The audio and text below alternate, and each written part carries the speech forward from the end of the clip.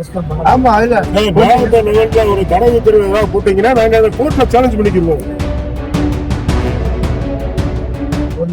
கோழி ஆடு மேல போய் நீங்க வச்சு அறுத்து சாப்பிடுறதுக்கு நீங்க விரும்பினீங்கன்னா கோர்ட்டுக்கு நான் வந்து யாருமே அப்ரோச் பண்ண முடியாத ஆள்லாம் கிடையாது. என்கிட்ட சொன்னதையும் இங்க நானுமே லோக்கல்ல விசாரிக்க தான் செஞ்சேன். இங்க ரீசன்ட் பாஸ்ட்ல அங்க போய் சாப்பிடுறது அந்த மாதிரி பிராக்டிஸ் இல்லைன்ற மாதிரி சொன்னாங்க. சாப்பாடு கொடுத்து விடுங்க. அங்க போய் கூட அவங்க இருக்கிறவங்களுக்கு என்ன சார் செய்யறது? ஒரு வாரத்துக்கு முன்னாடி ஆடு கோழி அறுக்கக்கூடாதுன்றது உங்களுடைய ஆர்டரா இருந்தது. அதுக்குதான் ஆர்ப்பாட்டம் பண்ணோம். எல்லாரும் அரெஸ்ட் பண்ணிட்டீங்க. இப்ப எல்லாம் என்ன சொன்னாங்கன்னா சாப்பாடு கொண்டு போய் சாப்பிட்டுக்கோங்க, கீழாக்கி கொண்டு போய் சாப்பிட்டு சொன்னாங்க. இப்ப நீங்க வந்து என்ன சொல்றீங்க? எனக்கு வந்து ஆர்டர் புதுசா எனக்கு வந்து சாப்பாடும் வந்துட்டு கொண்டு போக கூடாது, அங்க இருக்கவங்களா கீழே வர சொல்லுங்கன்னு சொல்றீங்க. ஆனா அங்க போய் இருக்கிறவங்க சாப்பிடுறதுக்கு வழி என்னன்றத சொல்லுங்க. எப்படி அவங்களை கீழே இறங்கிருங்க, கீழே இறங்கிருங்க சொல்ல முடியாது சார். யோசனை பண்ணி பாருங்க, நீங்களே யோசனை பண்ணி பாருங்க. நீ அடுத்து நீங்க என்ன பண்ண போறீங்க தெரியுமா? நீங்க என்ன பண்ண போறீங்க தெரியுமா? வாங்க சொல்லக்கூடாது, தொழுவ கூடாது, எங்களுக்கு ஆர்டர் வந்திருக்குன்னா உங்களுக்கு வந்து ஆர்டரையாவது நீங்க காமிக்க முடியுமா? இப்ப நம்ம என்ன செய்யணும்னா ஆடு கோழி கொண்டு போகக்கூடாதுன்னு சொல்லிட்டு முதல்ல சொல்லுவோம்.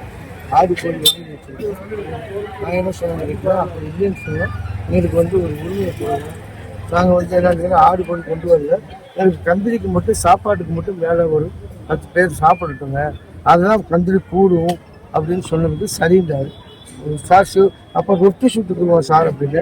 இல்லை வேணாம் பாய், ரொட்டியெல்லாம் அங்கே மேலே சொல்ல வேணாம் பாய். சரி விடுங்க, கந்திரியை வந்து ஆக்கி நம்ம சாப்பிட்றதுக்கு வந்து இலையை போட்டு ஒரு 10 பேர் சாப்பிடணும் சார் அப்படின்னு சொன்னது. தாராளமாக செய்யுங்க மாமான்றது. நல்லா தாராளமாக நீங்கள் செய்யுங்க மாமான்னு. இங்கே வரும்போது இவர் என்ன சொல்றாரு, அப்படியெல்லாம் இல்லை என்கிட்ட அந்த மாதிரி எதுவுமே சொல்றாரு. அப்படி சொல்றாரு.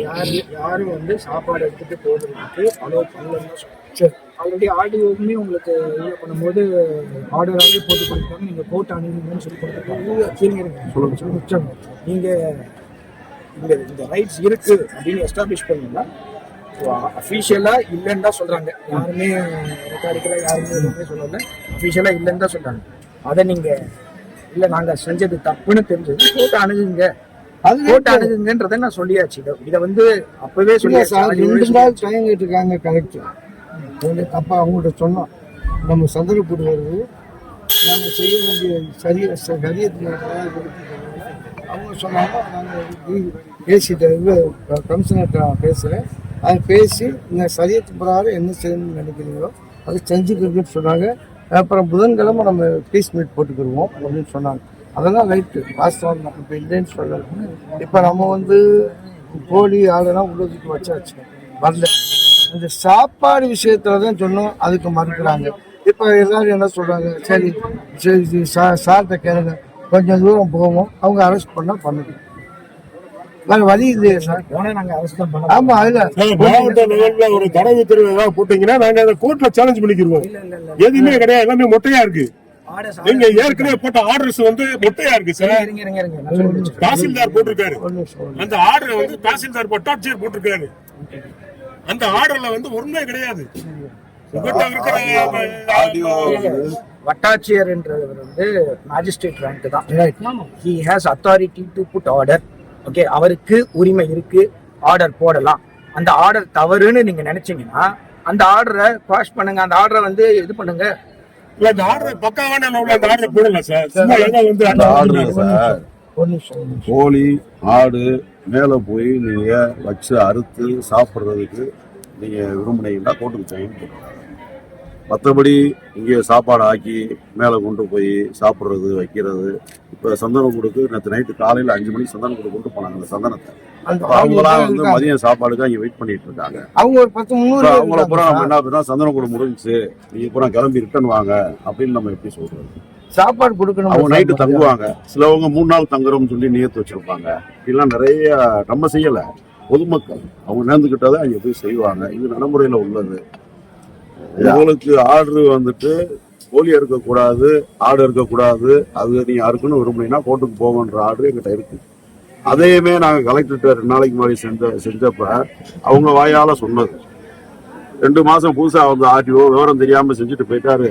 நீ எதுவும் நினைச்சுக்கிறாங்க, ஒரு 3 நாள் மட்டும் போறது, ஆனா அவங்க வழிபாடு முறையை வந்து நாங்க தடுக்க மாட்டோம், இந்த ஆடு கோழியை மட்டும் கொஞ்சம் இது பண்ணிக்குவாங்க, மற்றதெல்லாம் நீங்க செய்யறத நல்லா செய்யுங்கன்னு தான் கலெக்டர்மாவும் சொன்னாங்க. சாருமே நாங்க இது விஷயமா ஒரு 3 மாதமாவே பேசியிருக்கோம், ஒரு 10 ட்ரிப்பாவது பேசியிருக்கோம். சாரு நம்ம லோகநாதன் சாரும் அதான் சொன்னாங்க. நான் இங்கதான் ஆமா சாரு, ஆமா ஆமா ஆமா. நான் வந்து யாருமே அப்ரோச் பண்ண முடியாத ஆள்லாம் கிடையாது. என்கிட்ட சொன்னதையும் இங்க நானுமே லோக்கல்ல விசாரிக்கதான் செஞ்சேன். இங்க ரீசன்ட் பாஸ்ட்ல அங்க போய் சாப்பிடுறது அந்த மாதிரி பிராக்டிஸ் இல்லன்ற மாதிரி சொன்னாங்க. சாப்பாடு கொடுத்து விடுங்க, அங்க போய் கூட அவங்க இருக்கிறவங்களுக்கு என்ன சார் செய்யறது? அப்படி பண்ண முடியாது. அப்ப பூரா பேர் பட்னியா கிடப்பாங்கல்ல சார்? சொல்லுங்க, கீழே வந்து சந்திரகுடி இது மாறிடுது சார், சந்திரகுடி சிஸ்டமே மாறிடுது. சந்திரகுடி சிஸ்டமே மாறிடுது சார். இன்னைக்கு ஒரு நாளைக்கு சேலஞ்ச் உங்களுக்கு இப்போ அதிகாரி தான் எல்லா முடிவும் எடுக்கக்கூடிய இது உள்ள ஆளுங்க அப்படி கிடையாது சிஸ்டம். நாங்க தவறு பண்றோம்னு உங்களுக்கு தோணுச்சுன்னா நீங்க கோர்ட் அணுகுங்கன்னு சொல்லியாச்சு. ஒரு வாரத்துக்கு முன்னாடி ஆடு கோழி இருக்கக்கூடாதுன்றது உங்களுடைய ஆர்டரா இருந்தது, அதுக்குதான் ஆர்ப்பாட்டம் பண்ணோம், எல்லாரும் அரெஸ்ட் பண்ணிட்டீங்க. அப்ப எல்லாம் என்ன சொன்னாங்கன்னா சாப்பாடு கொண்டு போய் சாப்பிட்டு கீழாக்கி கொண்டு போய் சாப்பிட்டு சொன்னாங்க. இப்ப நீங்க வந்து என்ன சொல்றீங்க, எனக்கு வந்து ஆர்டர் புதுசா எனக்கு வந்து சாப்பாடும் வந்துட்டு கொண்டு போக கூடாது, அங்க இருக்கவங்களா கீழே வர சொல்லுங்கன்னு சொல்றீங்க. அப்ப அந்த சந்தர்ப்பம் எப்படி நிறைவேறும்? கம்யூனல் ஹார்மோனியை மெயின்டைன் பண்ணணும்னு வச்சுக்கோங்களேன். 2 சைடுமே தான் விட்டு கொடுக்கணும். இல்ல சார், வழிமுறை சார், வழிமுறை ஆர்டர் இருக்கிறதே வழிமுறை. அதே இப்ப நீங்க தடுக்கிறீங்க. நாங்க ஃபீஸ் மீட்டுக்கு நாங்க ஏத்துக்கிட்டோம். கலெக்டர் 3 நாள் கழிச்சு போறோங்க, நாங்க ஜல்லிக்கட்டு முடிஞ்சே போறோம்னு சொன்னாங்க, நாங்க ஏத்துக்கிட்டோம். இப்ப ஆடு எதுவுமே நாங்க பொதுமக்களை கூட கொண்டு போவேனான்னு சொல்லியாச்சு.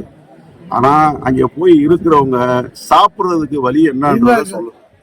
எப்படி அவங்க கீழே இறங்கிருங்க, சந்தனக்குடி கீழே இறங்கிருங்க சொல்ல முடியாது சார். யோசனை பண்ணி பாருங்க, நீங்களே யோசனை பண்ணி பாருங்க. அவங்களுக்கு இந்த சந்தனக்குடி 7 மணி வரை இருக்கு. ஒரு 30 பேருக்கு மட்டும் சாப்பாடு கொடுங்க, சாப்பிட்டாங்க நீங்க வர்றவங்களை கூட இங்க சாப்பாடு வச்சிருவோம் அப்படின்னு தான் சார் சொன்னோம். அப்ப என்ன செய்யறது சொல்லுங்க, நீங்க சொல்லி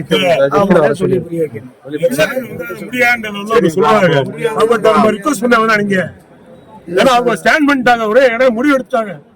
ஒரு வாரத்துக்கு ஒரு ஆர்டர் போடுறீங்க சார். மதுரை மாவட்ட காவல்துறை வந்து பேச்சு வேற மாதிரி இருக்கு. போய் பேசுறப்ப நல்லா பேசுறாங்க, கலெக்டர்கிட்ட போய் பேசுறப்ப நல்லா பேசுறாங்க. ஆனா கீழே உள்ளவங்கள்ட்ட என்ன ஆர்டர் கொடுக்குறாங்கன்னு தெரியல. நீ அடுத்து நீங்க என்ன பண்ண போறீங்க தெரியுமா? வாங்க சொல்லக்கூடாது, தொழுவ கூடாது, எங்களுக்கு ஆர்டர் வந்திருக்குன்னா உங்களுக்கு வந்து ஆர்டரையாவது நீங்க காமிக்க முடியுமா? யாரு உங்களுக்கு கமிஷனர் ஆர்டர் போட்டுருக்காரா? எந்த ஆர்டருமே இல்லாம நீங்க சொல்றீங்க, நீங்க புரிய மாட்டேங்குது. நடக்கிறது